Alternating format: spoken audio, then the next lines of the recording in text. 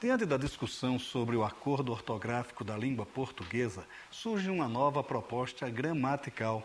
O escritor e filólogo Marcos Bagno, nosso entrevistado de hoje, está lançando a Gramática Pedagógica do Português Brasileiro, onde busca formatar as peculiaridades que a língua ganha em convivência com a nossa gente. Que particularidades são estas? Isso a gente fica sabendo daqui a pouco.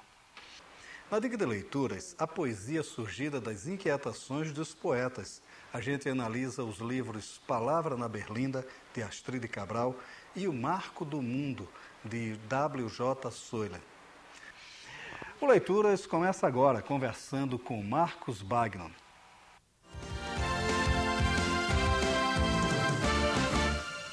Marcos, bom, vamos falar da gramática pedagógica do português brasileiro. Engraçado, a primeira coisa que me veio à mente quando eu vi o livro era uma promessa feita pelo Mário de Andrade que ele nunca cumpriu. Sim. De escrever a gramatiquinha do português brasileiro. Exatamente. Né? Quer dizer, aonde é que vocês dialogam aí? Olha, em muitos pontos, eu sou um fã incondicional do Mário de Andrade, a tal ponto que eu acho que a cidade de São Paulo devia ter trocado de nome para se chamar Mário de Andrade, porque ele é uma figura muito importante da cultura brasileira e não tem, eu acho, o reconhecimento que mereceria. Então, essa proposta dele, que já vai fazer 90 anos, né, porque a Semana de Arte Moderna faz 90 anos agora, é uma proposta que precisaria ter sido levada adiante com mais afinco durante esse tempo todo. Mas, finalmente, do final do século passado, ou seja, há pouco tempo para cá, não só eu, mas outros estudiosos, outros linguistas também têm produzido gramáticas com essa intenção de revelar para os brasileiros a língua dos brasileiros. Quer dizer, a proposta da gramática basicamente é essa, porque o português, ele evolui no Brasil de uma outra maneira que não foi considerada pelos estudos gramáticos anteriores. Isso. Quer dizer, então, é aproximar a gramática da língua falada no Brasil. É, porque uma gramática, Maurício, é, digamos assim, o retrato de uma língua, né? Infelizmente, por causa da nossa história colonial, o retrato que a gente sempre teve na nossa cabeceira era o retrato do português europeu literário do século XIX. Então, até hoje, muitas regras que as pessoas consideram que têm que ser as corretas, etc., se baseiam nesse tipo de língua que é totalmente defasada no tempo, no espaço e no gênero literário. Então, nós estamos agora tentando fazer um retrato do português brasileiro. É claro que, como o Brasil é muito grande, como há muita variedade na língua falada aqui, nós delimitamos um universo menor, que seria a língua falada nas grandes cidades pelos brasileiros com um padrão de instrução mais elevado, e estamos tentando descrever essa língua, que é a verdadeira norma culta brasileira.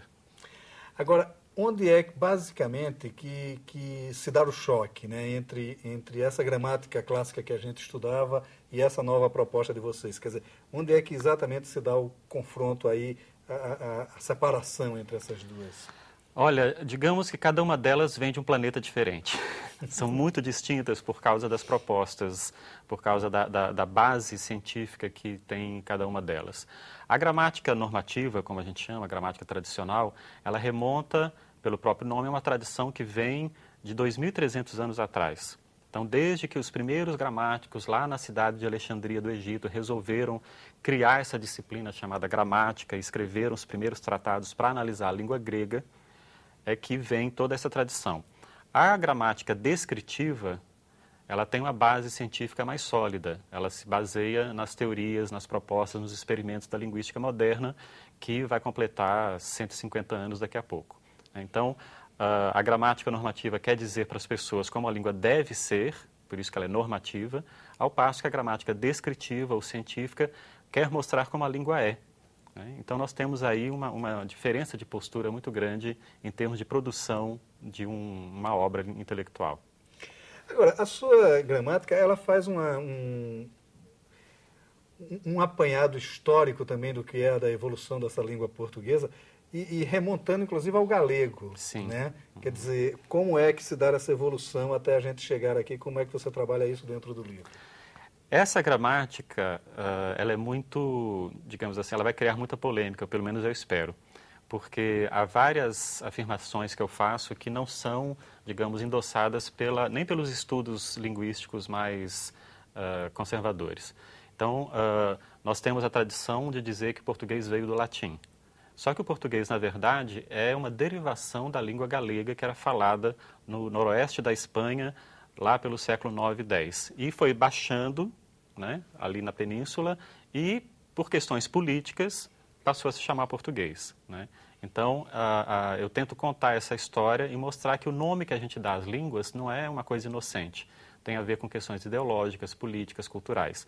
Como os galegos nunca conseguiram independência, sempre ficaram atrelados à Espanha, dizer que a nossa língua vem do galego seria uma coisa, digamos, pouco honrosa, né? Porque como é que a gente vai dizer que uma língua de um povo que conquistou o mundo, que fez grandes descobertas, provém daquela região ali pobre, afastada, de gente rural?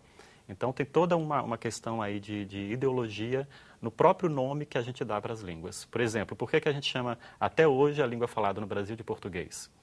Por questões puramente históricas, né? 500 anos depois, a nossa língua já está muito diferente da língua dos portugueses.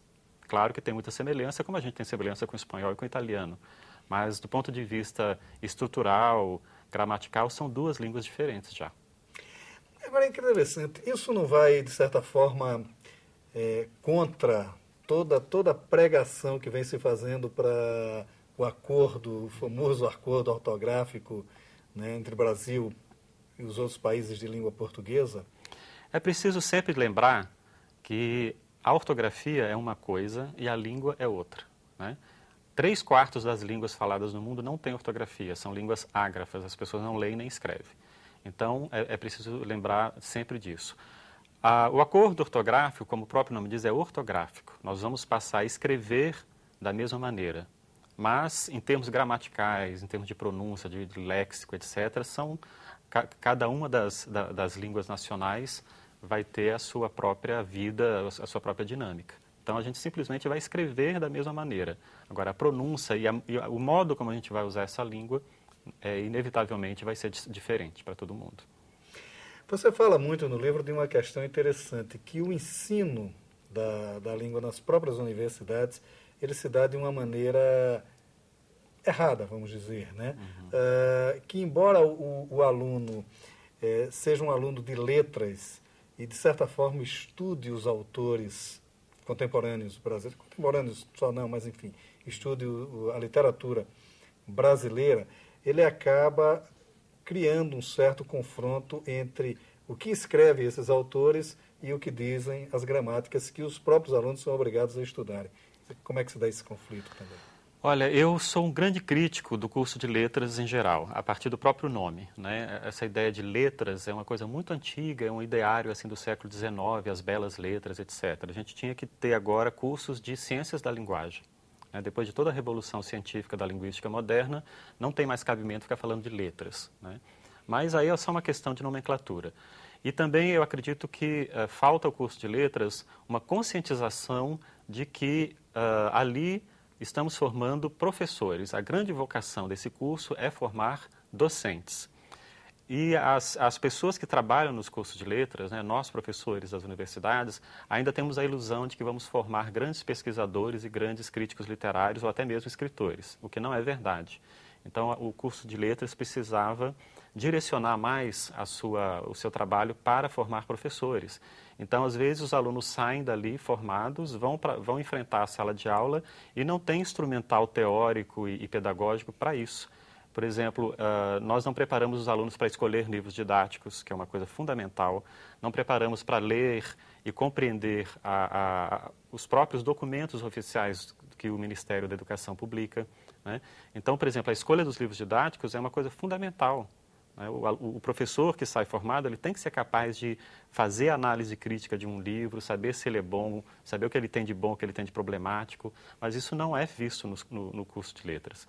Então, essa minha gramática, ela tem esse título de gramática pedagógica, porque ela é resultado justamente da minha aflição por preencher essas lacunas, que são muitas, que eu acho que existem no curso de letras. Há um dado interessante nessa questão toda com relação à própria literatura brasileira, porque a partir dos pré-modernistas, lá de Lobato, Cornélio, enfim.